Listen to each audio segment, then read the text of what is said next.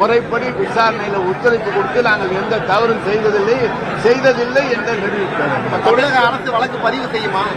இல்ல, அவங்க விசாரித்து தானே முதலமைச்சர் இது தொடர்பாக அவதூறு வழக்கு எதுவும் தொடர வாய்ப்பு இருக்காங்க? இல்ல, இதை பார்த்துக்கிட்டு தான் செய்யணும். இன்னொரு தரப்பு மூத்த தலைவர்களை ஓரங்கட்டும் வேலை இது.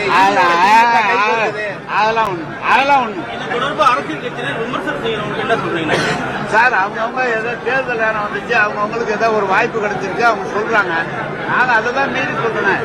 விசாரணையில் நாங்கள் இந்த குற்றமற்றவர்களை நிரூபித்து வெளியே வருவோம். டிடிவி தினகரன், சசிகலா, செங்கோட்டையன் எல்லாம் ஓரணியில் சேர்ந்து நாங்க என்ன நினைக்கிறோம், அவங்க ஏற்கனவே ஒன்னா தானே இருக்கிறாங்க. எடப்பாடிக்கு எதிராக நாங்க ஒரு அணியை அமைப்போம் ஏற்கனவே அப்படித்தானே சொல்லிட்டு இருக்காங்க. கடந்த காலத்துல இருந்து 6-7 மாதமா அதான் சொல்லிட்டு இருக்காங்க. ஒரு 2-3 வருடமா அதான் சொல்லிட்டு இருக்காங்க. சேர்த்துருக்காங்க. இல்ல, அது திமுகவோட பிடிஎம்